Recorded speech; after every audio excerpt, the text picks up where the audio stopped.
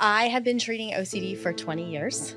I remember seeing on a therapist group one time somebody asking, like, what do you do if a patient is having a panic attack during a session? And I was just like, I sit there and watch. The gas that I wouldn't like rescue the patient. I wouldn't jump in and save them and make them feel better. But that's not my role. My role is to teach you that you can handle that. If I always rescue you, then what I'm doing is telling you that you can't handle this. We get stuck in this cycle is this idea of I can't handle this. So many of my patients come in and say, like, I had to do that compulsion. I can't handle this. I can't do these exposures. And I look at them and I'm like, where in the world did you get that feedback that tells you you can't handle this? I'm going to ask you a funny question here. How many people that you've treated have finally done enough research to the point where OCD has said, congratulations, I'm satisfied now. I'm going to go. I think zero. You think zero? Okay. I think zero. 25 years, 45 years of collective OCD treatment, and we have a zero on that one so far.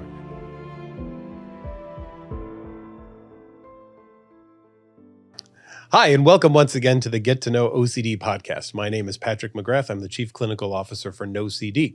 Know OCD is an online platform for the treatment of OCD and related disorders. If you're looking for help for OCD or other conditions, check us out at knowcd.com. And if you like the Get to Know OCD podcast, subscribe on the Know OCD YouTube channel.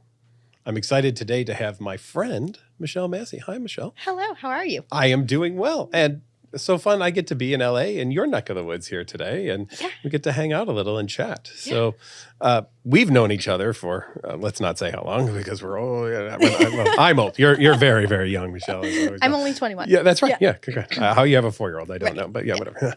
But no, we've known each other on the conference scene and consult groups and BTTIs and all the things that we do. But for those out there who might not know who you are, take a moment. Tell them about your history in this. So I have been treating OCD for 20 years, if that changes anything. In addition to my private practice prior to COVID, I was the associate clinical director at UCLA's OCD IOP. And I worked in research with kids and adults through UCLA. And I work I'm a faculty member for the IOCDF's BTTI. I run consult groups, like you said, and just run a group practice here in Los Angeles. And just for people who aren't aware, the BTTI is the Behavior Therapy Training Institute. It's part of the International OCD Foundation training program, and it has usually about 30 clinicians or so come in several times a year for an intensive ERP experience. Alec Pollard runs those, but we get to be involved in some of the consult groups that are going on as well, too. I love it. And they have the pediatric one with Eric Storch. I know, right? We don't talk about Storch. Come on, no, that's awesome. Yes, absolutely. And there's a hoarding one, I believe, too. And now there's a BIPOC one that they're doing. And I think I know they've done them internationally, and there's even been a Spanish one down in Mexico as well, too. So they really are working on expanding some of those. And they also just do individual consults, like consultations, like for 6 weeks or 8 weeks or one-off kind of things to help. They're great. Why OCD?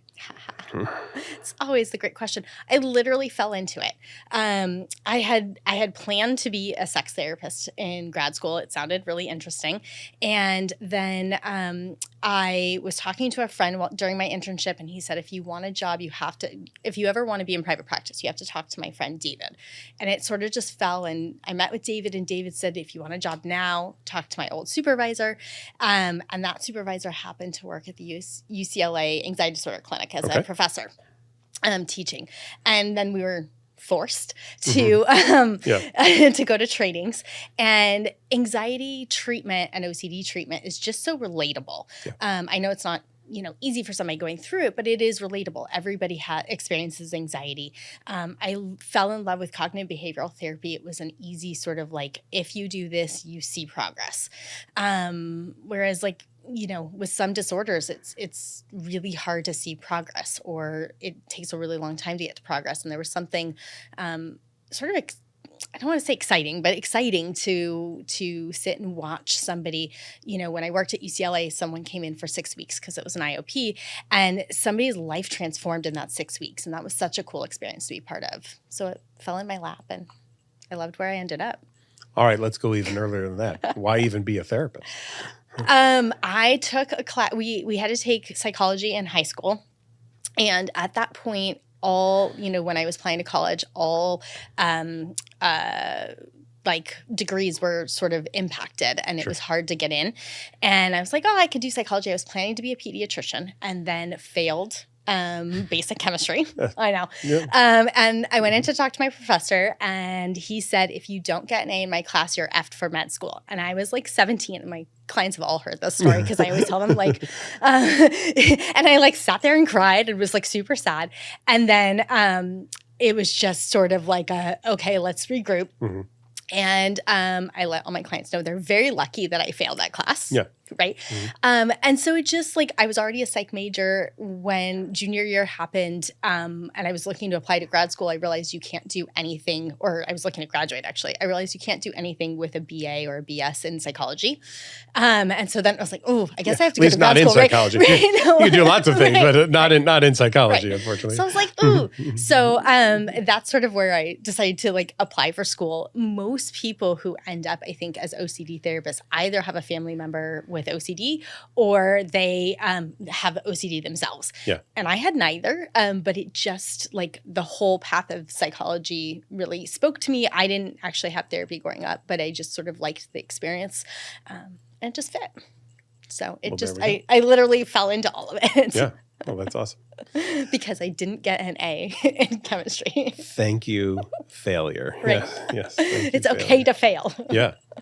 Yeah. I always tell this story. The reason I got into it was when I did my 40 applications to jobs and postdocs. I got one acceptance. Right. I only got one interview. Right. And it was from Alec Pollard at the St. Louis You Behavioral got Medicine so Institute. lucky, And right? boy, Yeah. I mean, my life changed that day, I'll tell you. And now this is what I do.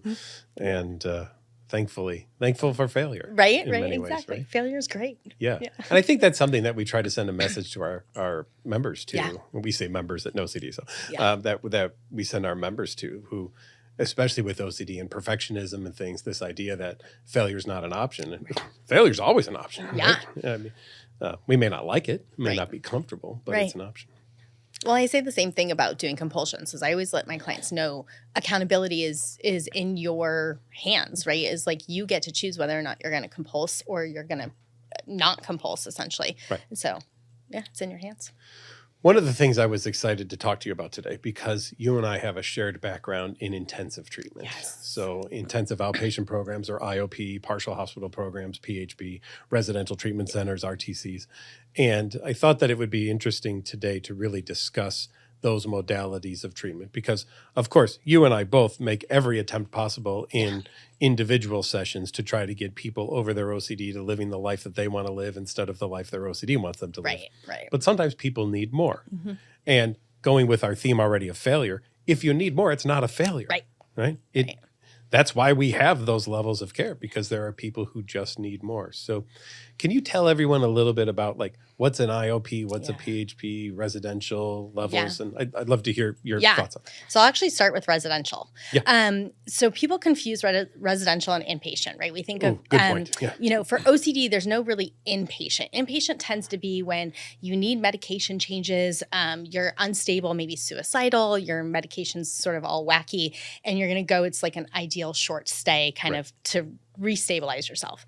So they're sort of like general programs. A residential specializing in OCD treatment, and there's not very many across the country, sadly, is a place that you're going to go likely for 90 days, but anywhere from 30 to 90 days. And you're going to get specialized treatment kind of 24/7, and I usually suggest somebody goes there if they can't function, they're not getting out of bed, they're not able to use the restroom by themselves, they're not able to get themselves to treatment. They need sort of, that more round the clock care. And or there's some stuff going on in the family systems at home and they could use either that break, the family could use that break, the separation might help in helping with treatment kind of move faster.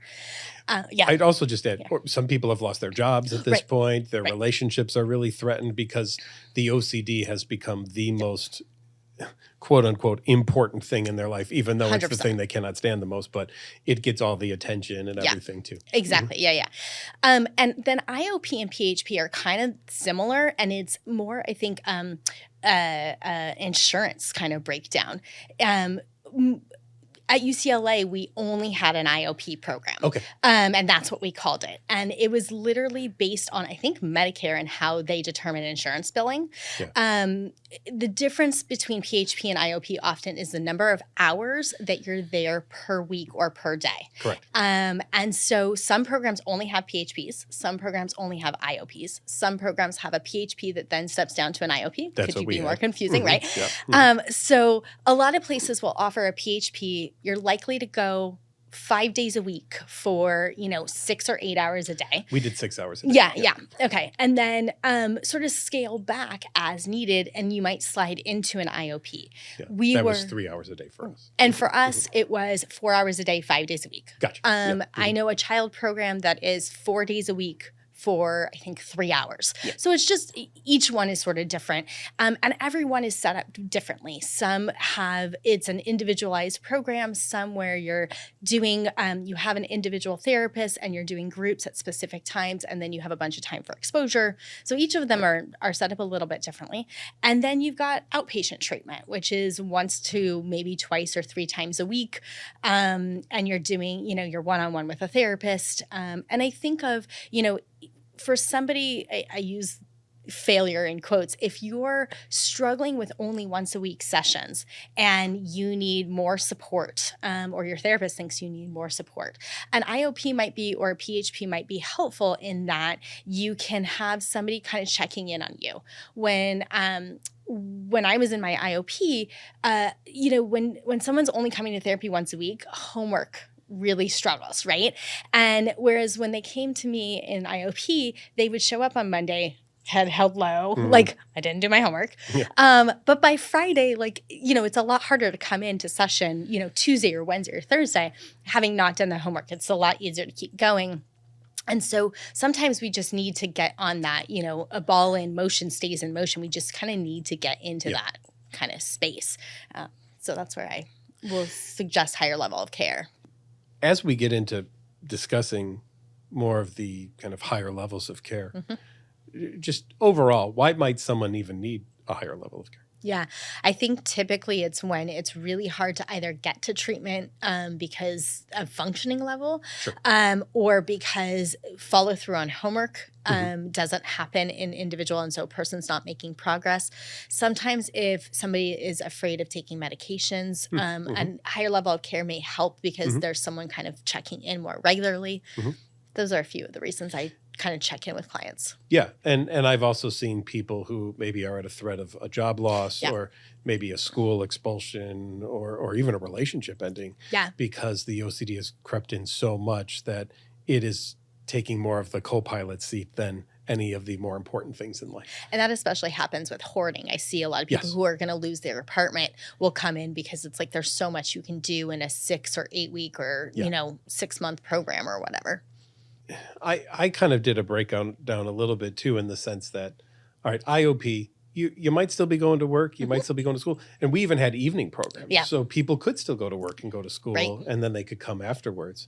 PHP, you might be on a leave for a couple of weeks to do something, but you're not threatening of loss of job or something, or school. We could do school even at our program with PHP because we had a teacher hour for the kids who would come there, so they could still get their credits and things as well. And I know some will do afternoon or evening programs for same idea, you'll only leave school a little in the afternoon kind of thing.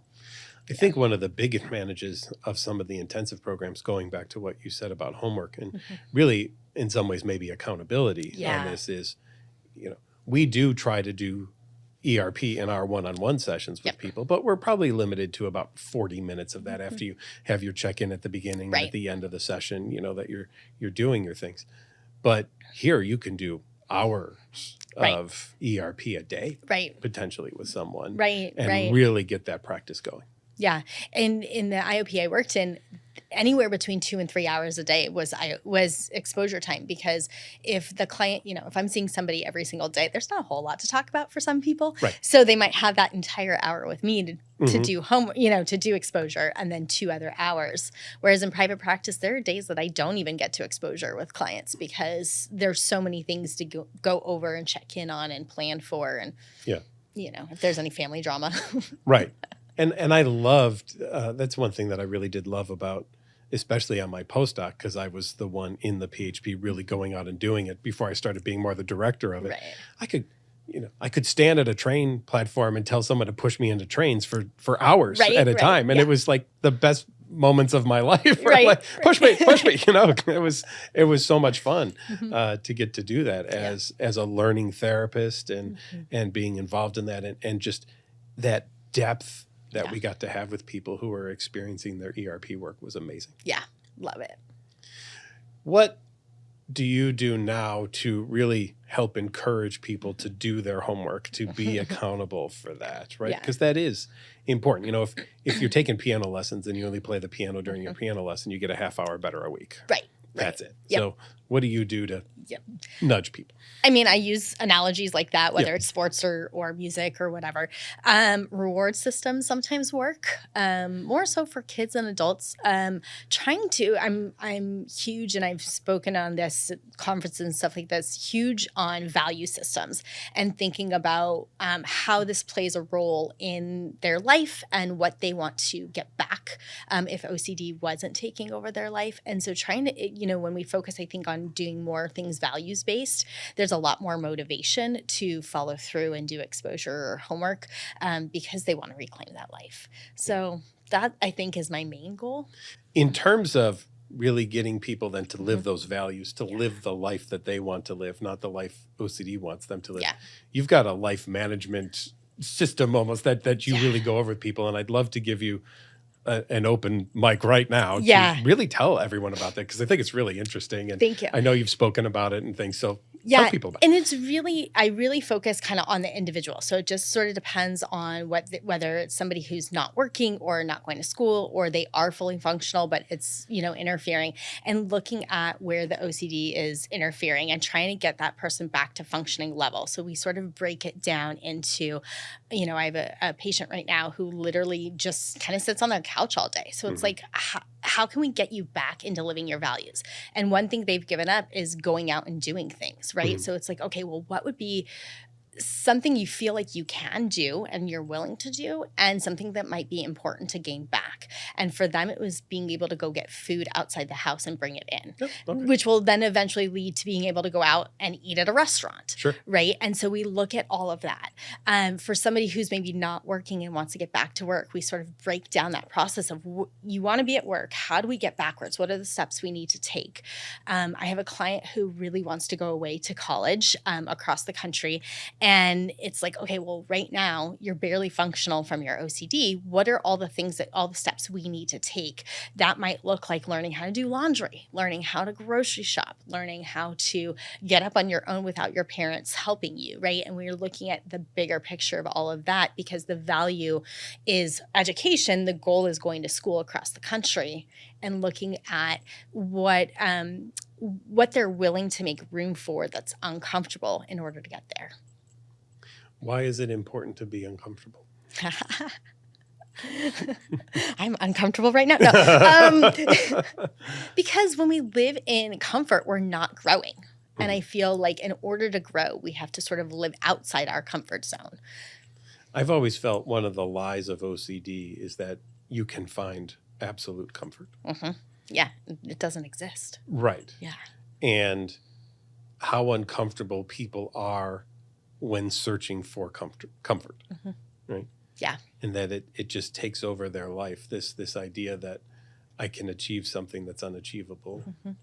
And even though it might be unachievable to everyone else, my brain tells me that it is achievable for me. Right. And the only reason I haven't achieved it is I've just missed out on something. There's one little key thing I haven't quite hit yet. And if I could just hit that, then everything would be okay.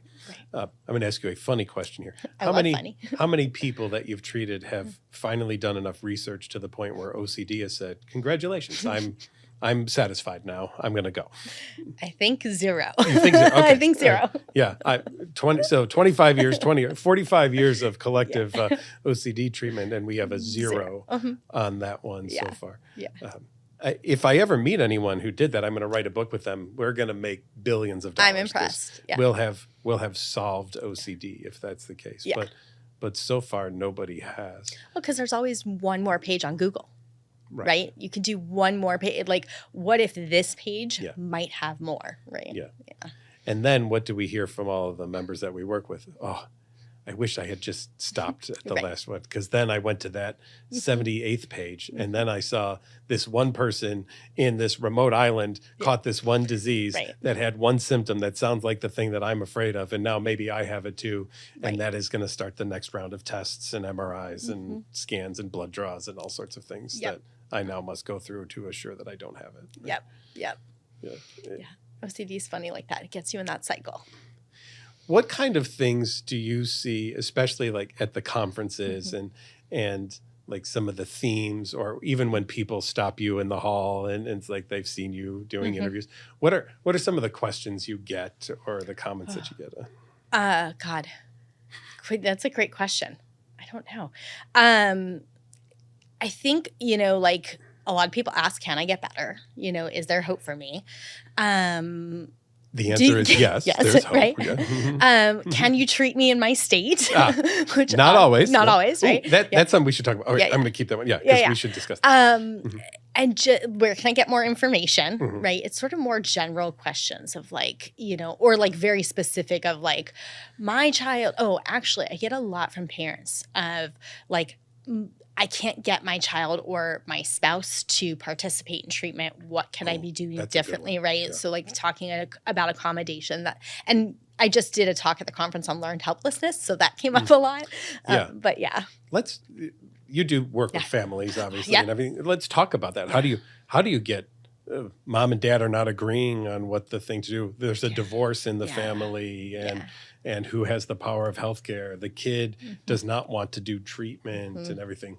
How do you approach those types of things? Yeah. So family treatment is so complicated because you may have divorced parents who are not in agreement about whether someone should come to therapy. That actually comes up a lot. You may even have two parents who are married who don't agree in the type of treatment we're doing. And so it's navigating everything, right? We try to work with the parent who is anti-therapy to at least some of the things we've done in the past is like set up like, okay, what if we agree to X number of sessions and then kind of regroup and see how things are. And we're not really sure why those people don't want the kid in therapy. Sometimes it's like an anti-therapy thing. Sometimes it's just a control and the divorce thing, right? And so really sort of reminding them who is at the center of this and what we're all in this, looking for the same goal. And then just trying to, work with family members and recognize, like, going back to the values is what has OCD taken from the family, right? How has the family changed, the family dynamics changed because of OCD? I often tell the story. We had a family we worked with where the kid was fine with their OCD because everybody accommodated, right? They got dropped off at home before anything, the parents went to anywhere contaminated. And so they were hunky-dory. As soon as parents were tired of it, right? So we asked them, like, if we pressed that magic button and OCD no longer existed, what would you be doing differently? And they really wanted to reclaim their life. And as soon as we started working on that family accommodation piece, they were, actually game in that situation. Of course, kiddo was not happy with it, right? And OCD was not happy with it. But the family kind of got this freedom. And so when we can show stories like that, I think that really helps the family. There's so many times where we just do a tweak of the accommodation and how much has changed. And I think when they see that change, they're more on board with continuing the change. I think what happens is, we hate to see a loved one in pain. And so we do a lot of accommodation because we don't want them in pain, right? And the thought that I think, this goes back to like even Liz McInvale and I were talking about this in Learn Helplessness is like, it goes back to like, when a child is a baby, right? Like if you like do the cry it out method, there's so much, talk on both sides with infants of like, do you do the cry it out method? And it's kind of trying to teach certain methods to family members and parents, being like, I can't do that to my cat. I can't listen to them cry. And in the same, I'm not here to say whether or not it's good or bad, but in the same way with OCD treatment, is family members going, I can't ask my kid to be anxious, or a family member is too anxious about watching their kid being anxious, right? Well, before we got on here today, and as much as you want to tell, but you told a very funny story about your son wanted something this morning, and you were like, no. And that was a 45-minute uncomfortable moment there, but you did not give in, right? Right. Yeah. Well, and I often will text friends and colleagues who have kids around the same age and be like, is the argument I'm making right now like valid? Like, so my son wanted to see a picture of a dead body. He's 4.5. Totally unnecessary. Can't unsee that. No. Doesn't need that at this point. And he does not have the OCD, so we're not dealing with an exposure needed right there. And his argument was, I've never seen one and I want to see one. And he was not happy with me that he could not see that dead body. Yeah. And it was like a 45-minute meltdown of like screaming, but I need to. I had to answer a phone call from a doctor's office, and he's like screaming at me, I need to see this dead body. And so, it's just, and I could have given in, right? I could have, and then I would have quieted him down, and it's the same argument we give, parents, is like, if you're at the grocery store line and your kid is melting down and like, you're like, okay, here's the candy bar or the toy. If you give in every time, then the next time you're in that same situation, they're going to expect the same response. And so it's, recognizing like, now you're going to get yourself into the loop. And I think that happens with compulsions, right? All the time. It's the exact same thing of, well, but you did it last time, so why not this time? Right. That last time saved me. Yeah. I had a fascinating phone call with someone one time. Never saw them as a patient, but got a call of saying, my daughter won't let us come in the house without taking all our clothes off in the garage and putting robes on. Yeah. She has one bathroom. We can only use the other one.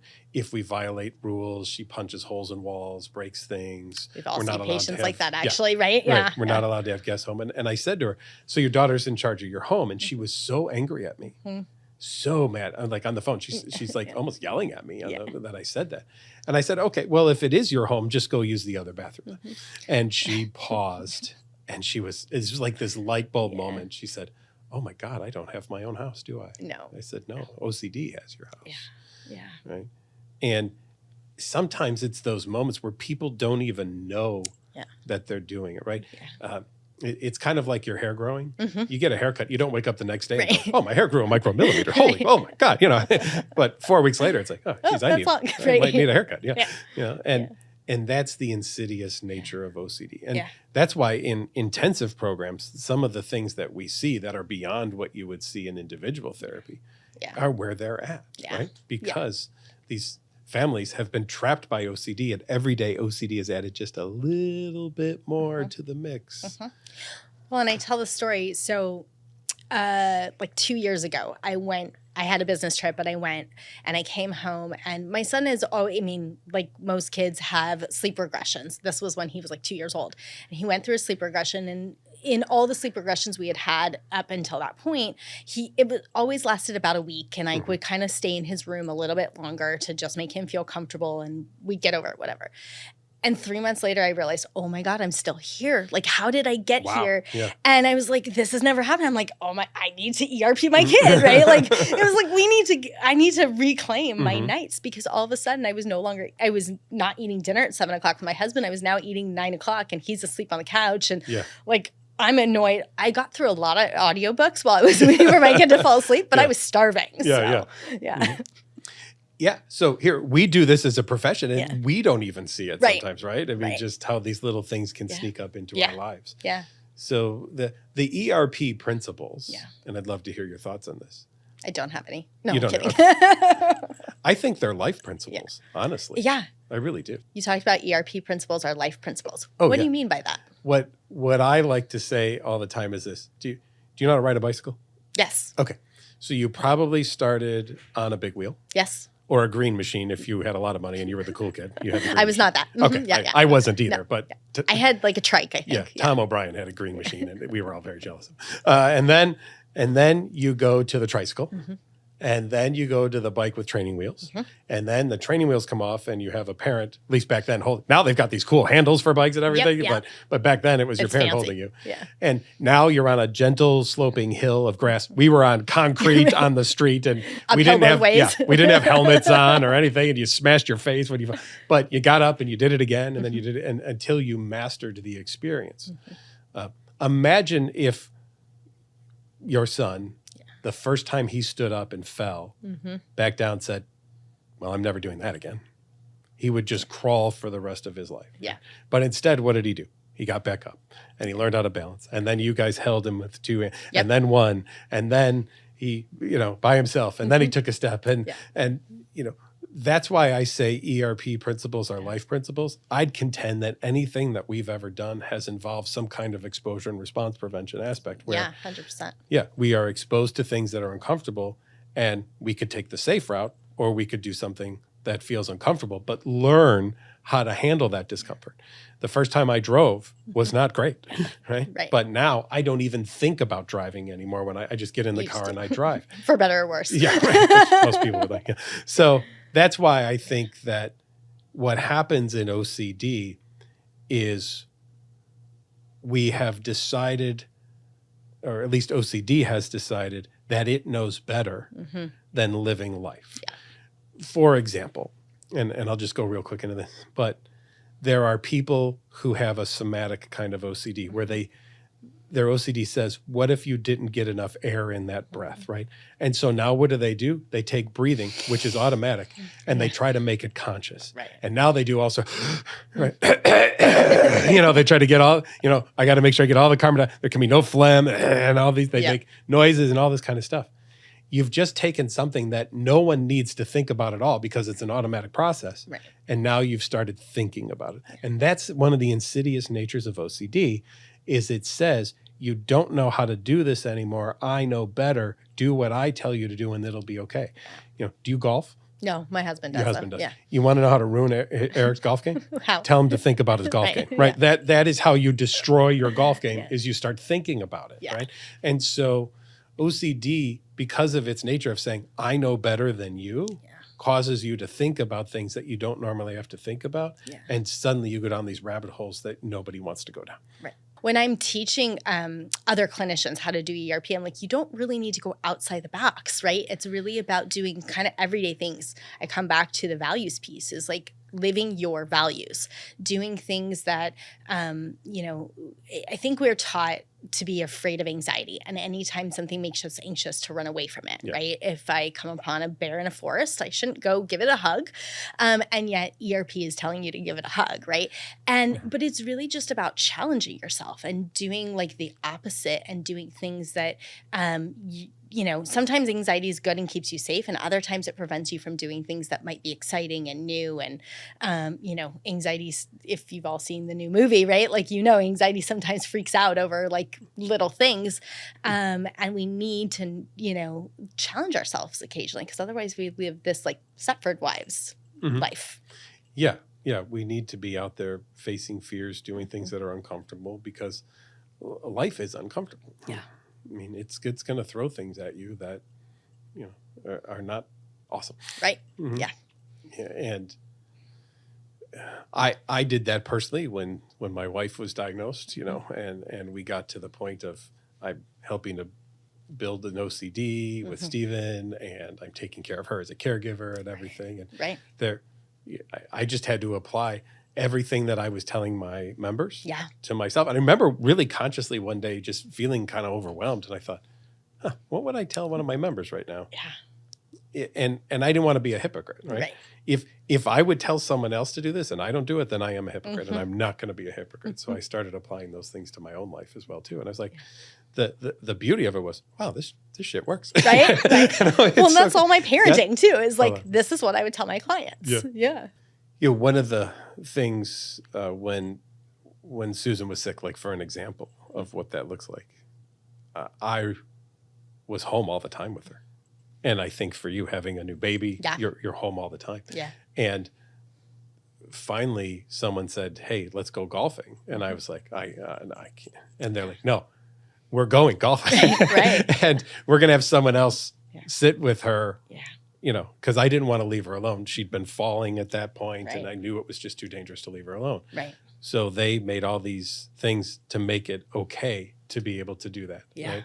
Yeah. And it wasn't accommodations to the point of it was overbearing like OCD would want it to be. Right. It was just the bare minimum necessary for her to be safe, Right. and then for me to go out too. And you probably had that having a child as Yep. well too. Yep. And we talk about that a lot, like even having a new infant, right? It was like how much hand washing, where is that OCD and where is that normal, right? Yeah. And of course, my son was born at the beginning of COVID. So like at what point is like not letting someone hold your baby? Like COVID. And I remember you were talking about like the family member who was changing in the garage and everything like that. When COVID first happened, I had a newborn, right? And I come home from the grocery store and I disrobe in the garage and like go upstairs and take a shower immediately. And it was such a like, oh my God, I hope this doesn't fall into something bigger, right? Because it can easily spiral. And you just have to use those principles of like, okay, this is a specific situation I'm applying it to and contain it. Yeah. We may specialize in this. We're not immune to the effects of being uncomfortable and going for the immediately gratifying type of experience as well. Right. And then also taking knowledge, right? Once we learned that we didn't need to be wiping down mail anymore, that actually didn't serve a purpose and we didn't need to disrobe and I didn't need to shower right away, right? Cut out that behavior. Right. So we go back to what science is telling us.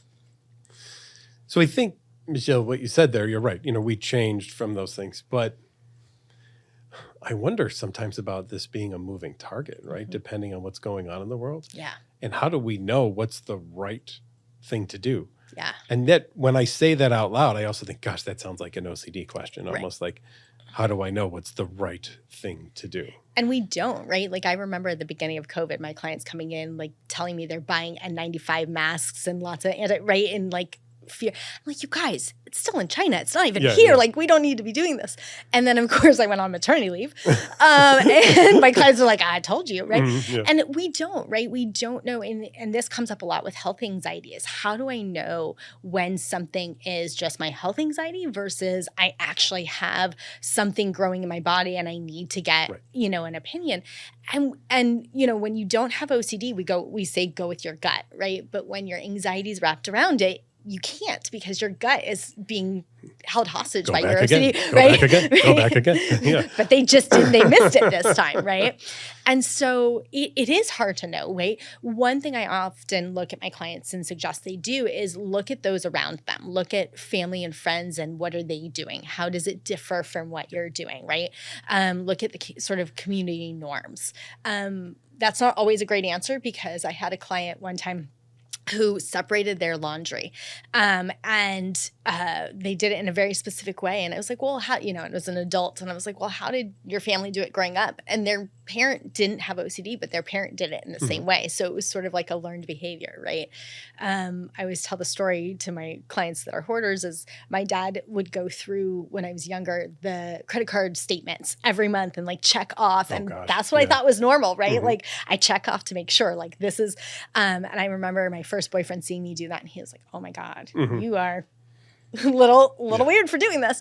But that was my norm, right? And so we do kind of what's our norms. So looking around and seeing. Yeah. If my mother's listening, I still balance my checkbook every month. Yeah. What's the balance of checkbook? Well, ask my mom. Well, that's just a funny story because I still to this day will go to my parents and like if they get something for me, my mom will like, well, just get your checkbook and write a check. I'm like, I'll tell you. You are the only person I know who still carries a checkbook with her. I saw somebody writing a check at the grocery store recently. I'm like, someone still does it? Really? Like, that's weird. Yeah, but hey. There's been a lot of focus lately on accommodations in treatment, and Alex's book has even come out on that as well too. Can you talk a little bit about accommodations and the role that families play in accommodating OCD, even without wanting to? Yes. So oftentimes family members are either afraid of seeing their family member in pain and so want to pick up, right? Or, as is the case with my kiddo, right, is like, I need to get out the door to work and I just, kind of step in and do things. And so family members will tend to accommodate, and that can look like anything from, wiping someone's booty to disrobing in the garage and washing hands at certain points or putting away knives families and locking them up, offering reassurance. No, you're not going to get sick. No worries. You're all good. That hot dog was totally safe to eat. Yeah. And we engage in those in order to decrease our loved ones' anxiety, but it also helps to decrease our own as parents and family members, right? Because it's like, either we know what that can lead to if I don't say, yes, that hot dog was fine to eat, it might lead to a meltdown, or just sort of panicky and like continued asking of questions, etc. Yeah. I understand all of those things, and we do this all the time, but for people out there who might be newer to this, who have a loved one who has OCD, why are those not helpful, actually? Yeah. In the same way that a normal compulsion feeds the OCD, is the family accommodation actually feeds the OCD. It strengthens the OCD and adds fuel to the fire is what I tell my clients, right? Is like, if I don't tell you that, then that bad thing could happen. Yeah.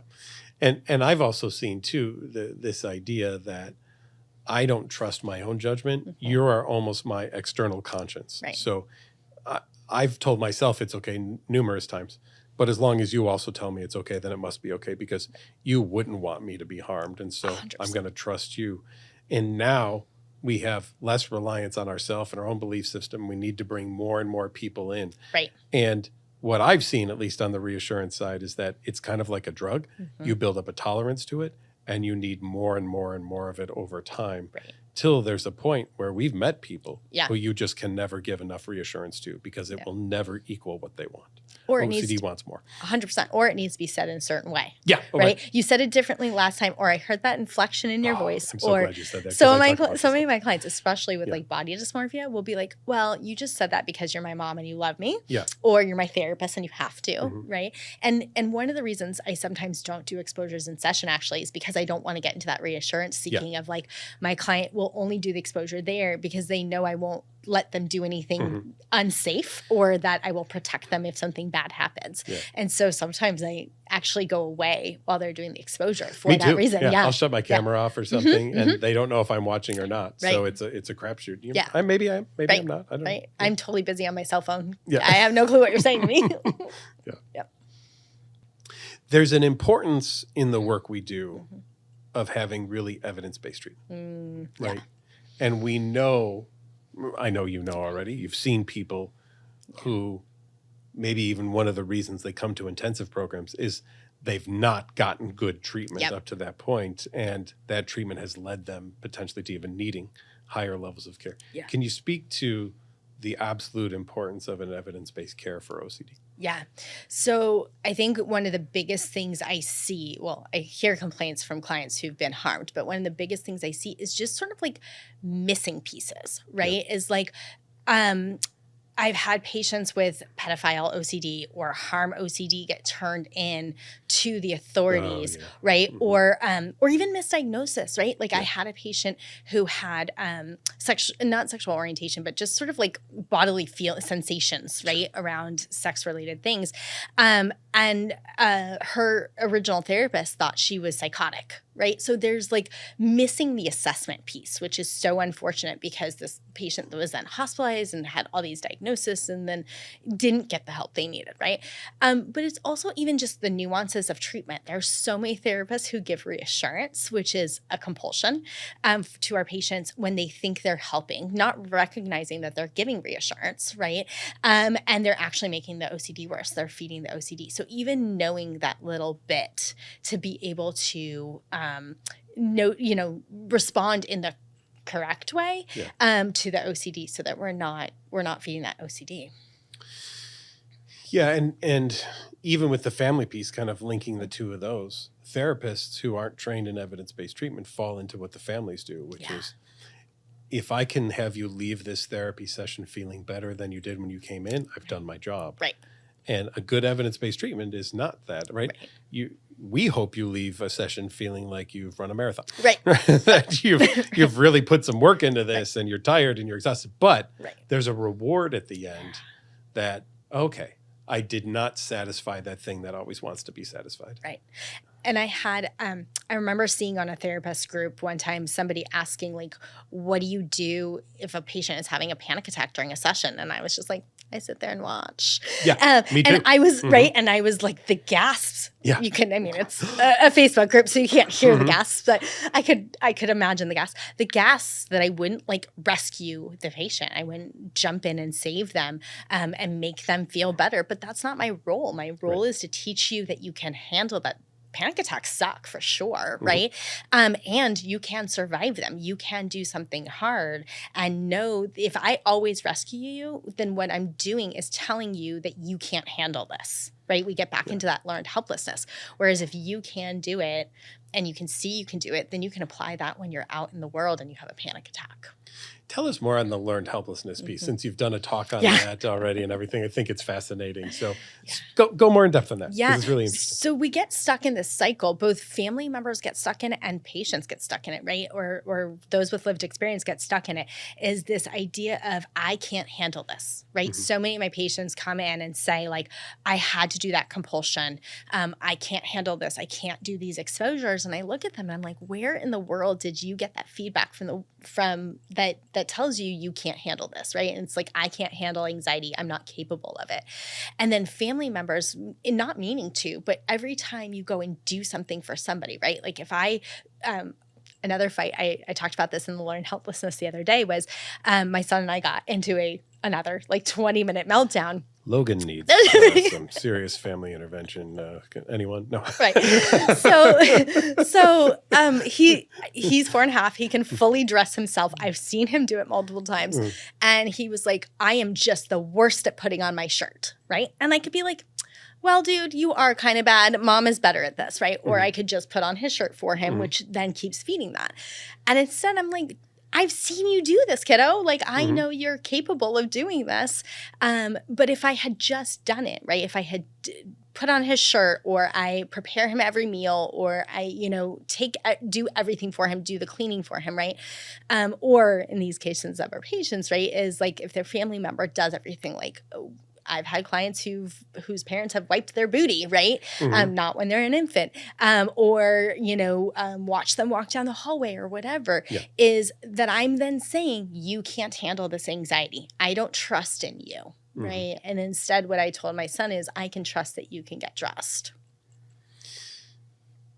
That takes effort. Yeah. Right. And it was exhausting. Right. Yeah. Because isn't it easier just to put a shirt on? 100%. And there are some mornings where I'm likely to fall into that. Like I'm rushing around and I have to get ready. I have to run out the door to do a podcast, right? Or, and I may give in, or I'm exhausted and I haven't slept well, or whatever it may be. And so we're not looking for perfection from our clients, from our family members. We are looking for, are we doing better? Are we learning something? Are we moving forward? And that's a great message for families too, because we're not here just to point out failures, right? We just want to see trends moving in the direction that if you want to beat OCD, that trend has to change. It has to go in this direction. But there are days that we're not going to do as good as we did the day before. Right? And so it doesn't have to be today's a little better than yesterday and a little better and then a little bit. Sometimes it's like, but again, if that trend is there, we're human. Really well. Why are we allowed to be human? Because I said so? No. Because, and this is where the self-compassion piece comes in, right? Is that nobody is perfect. Even Mary Poppins, she's only practically perfect in every way, right? And that we are doing our best to be average. And it's okay. We're all in this together. We all mess up. Sometimes we're late. Sometimes we're capable of doing something. And sometimes we're not. And so. But Michelle, if we're average, then how do we get to medical school and become the top surgeon that's ever been produced by that school? You don't. You become the best therapist ever. There you go. You fail. No. Not everybody can be the president, right? Yeah. So we are each individuals. We are each who we're going to be. And that's great. We're not we're not somebody else, right? I am not you. My practice may look slightly different than you, and that's okay. Yeah, we all do the same thing, but you bring your personality into the work you do. I bring mine in. And we have our ways of doing things, but we're working toward the same goal toward the end of doing it. Yeah. Right? I mean, I was trained by Alec, which means there's a lot of bad jokes Right. in therapy that happen. You know, 'cause you can't help it. I have one client who knows that Kim Quinlan and I are good friends, and he's just like, Michelle, you are not as compassionate as she is. And he knows that I also send text messages or responses to therapy, and it goes this and facepalm. And he's like, if we could just do therapy that way, we're good. That would be good as well, too. That's my style. What do you hope for the future? Like your career, your impact in the world, you know, you're doing the BTTIs and everything. What else do you want to do? Oh, that's a great question. I want world peace. Okay. No, yeah. We're done. Hey, everyone. Yeah, it was great. Yeah. No, I think, you know, we're so much better than we used to be, because when I first started, there was only one IOP in LA, and now there's multiple, right? Is that I hope that we can train more and more therapists to treat OCD and OC-related disorders so that we can help more people and have more impact, because there's still, and COVID actually helped in this way because it allowed for people to get therapy through teletherapy, and obviously no OCD and everything We've like that. done a little of it. Right. Exactly. And being able to expand to like remote areas of Timbuktu, right, is like amazing. And so being able to get our treatment, I think there's still, there's so many places in the United States, but there's so many countries where people are so alone and don't have access to treatment. So making treatment more accessible would be awesome. And and part of that is training more therapists, which is something I love doing. Yeah, me too. And I've had such an honor to do that through Know OCD with all the people we've trained as well too. And we'll continue with the BTTIs and everything as well. So, you know, one of the things when Steven started Know OCD was he knew it wasn't a therapy problem. It was getting the right therapy to people issue. And that's what you continue to do, what we continue to do, and hopefully what the field goes to as well too. So that's great. Yeah. Well, Michelle, I want to thank you for being here today. It was awesome to chat with you, especially again that, you know, life management, learned helplessness, talking about levels of care. I think those are things that probably a lot of people aren't quite as familiar with. So hopefully we gave them some good explanations. I hope so. And thank you for having me. I always love chatting. Yeah, cool. Well, thanks again, everyone, for joining us on the Get to Know OCD podcast. If you're interested in listening to more episodes, subscribe to the Know OCD YouTube channel. And if you're looking for help for OCD or related conditions, check us out at knowcd.com. Thanks. We'll see you again soon.